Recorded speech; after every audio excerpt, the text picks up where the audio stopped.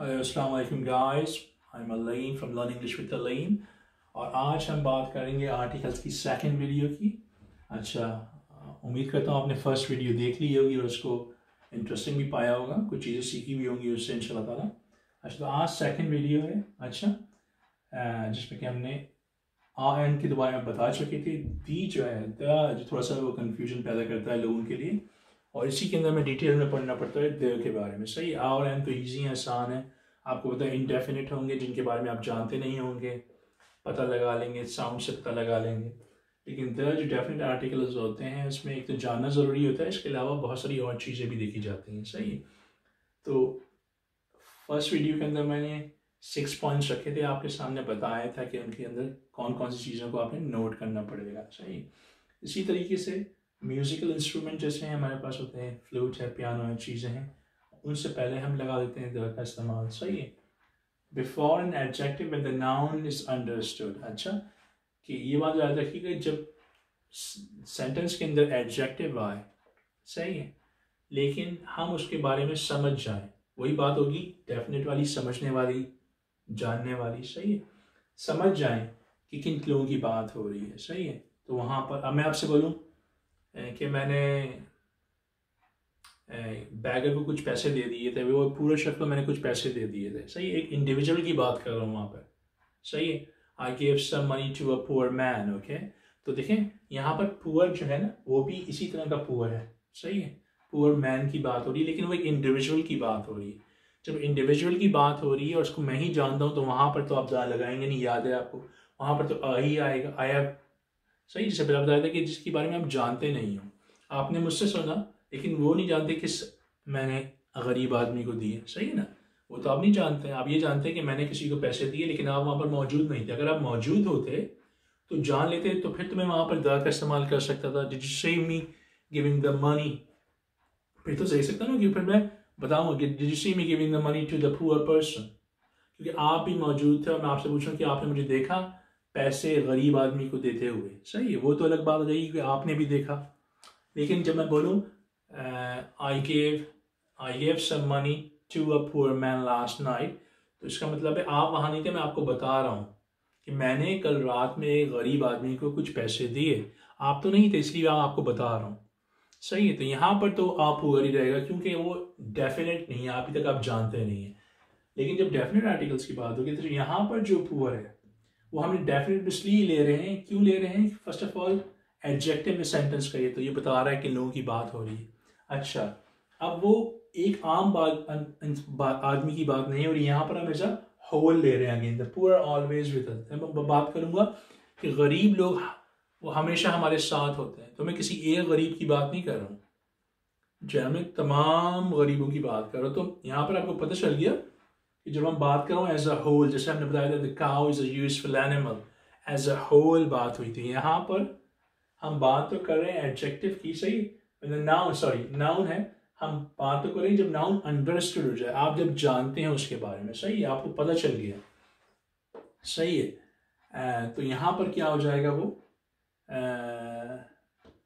आपने द का इस्तेमाल कर दिया। सही, इसी तरह सुपरलेटिव डिग्रीज जो होती हैं, जिसमें बताया जाता है कि आप लेट्स सपोज ग्रुप के अंदर हैं और आप एक बंदे के बारे में बता रहे हैं आउट ऑफ ग्रुप, या एक चीज़ है उसके बारे में बता रहे हैं। लेट्स सपोज कि मैं बता रहा हूँ यहाँ पर this is the best book I have read in years. Okay, let's suppose मैं एक ख़ास बुक की बात कर रहा हूँ अपने दोस्तों से या आप लोगों से या फैमिली मेम्बर से या किसी से, और उनको कह रहा हूँ कि ये एक बेहतरीन किताब है, मैंने जो सालों में पढ़ी है। सही है, this is the best book I have read in years. तो अब जाहिर सी बात है उस किताब के बारे में पहले बता चुके होंगे वो कौन सी किताब है, तो वही पे डेफिनेट कि आप उस किताब के बारे में जानते हैं कि मैं आपसे बोल रहा हूँ। लेट्स सपोज मैं आपसे बोल रहा हूँ कि मैंने अब्राहम एंड हैनाबेल की बात हो रही थी। सही, मैं इस किताब के बारे में बोल रहा था और आपने देख ली किताब, इसके किताब के बारे में हम आपस में बात कर रहे हैं, और फिर आपने मुझसे पूछा how did you find the book, किस तरह आपको पता लगी ना, how did you find out the book, वो बुक अच्छी थी, कैसी थी, मज़ा आया पढ़ने में, तो मैं आपको क्या बोलूँगा, oh, this is the best book I have read in years, meaning कि ये किताब जो है वो क्या नाम है, मेरी बेहतरीन, it's a best book, बेहतरीन किताब है और मैंने इस तरह की किताब सालों में नहीं पढ़ी। तो ये बात याद रखिएगा, हम इसको यूज कहते हैं सुपरलेटिव डिग्रीज में, सही है। इसी तरह का ordinals, he was the first man to arrive. अच्छा, अब ये ऑर्डिनरी चीजें हैं, सही है, आदमी है, आम आदमी की बात कर रहे हैं, एक शख्स की बात कर रहे हैं, सही है।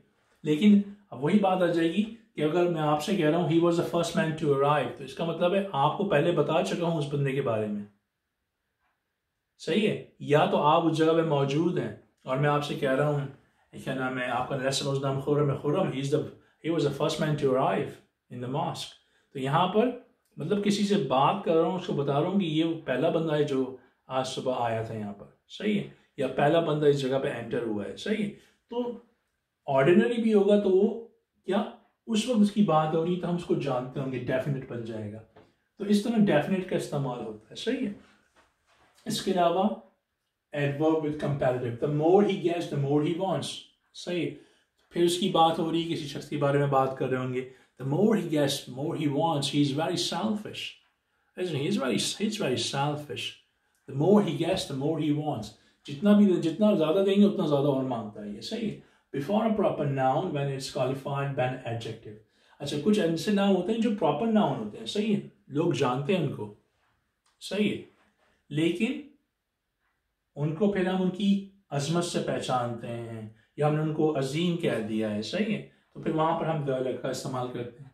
हर कल्चर में जो होंगे वो ऐसे लोग होंगे जो वहाँ पर क्या नाम है माने जाने पहचाने थे, जैसे कि हमारे पाकिस्तान में होंगे या मशरक़ में होंगे अल्लामा इकबाल, तो आप उसको द ग्रेट अल्लामा इकबाल भी लोग कहते होंगे। तो मतलब कि वो लोग खुद ही उसको नाम दे देते हैं। अब अल्लामा इकबाल के बारे में बात होगी जो ख़ास नाम है, तो कभी कभार प्रॉपर नाउन जो होते हैं ख़ास नाम भी होते हैं, उनसे पहले भी हर एक के सामने नहीं डालेंगे, अलीम के सामने नहीं लगा देंगे आप, क्यों? क्योंकि अब उन्होंने कुछ चीज़ें करी होंगी अपने पास में, सही, तो कभी कभार हम उनको लकब से पुकारते हैं, नामों से पुकारते हैं, तो this is the great Saeed. Okay, तो ये चीज़ें याद रखिएगा कि इस तरीके से होती हैं, तो अपने हीरोज़ के लिए स्पेशली आप यूज़ करते हैं, सही है।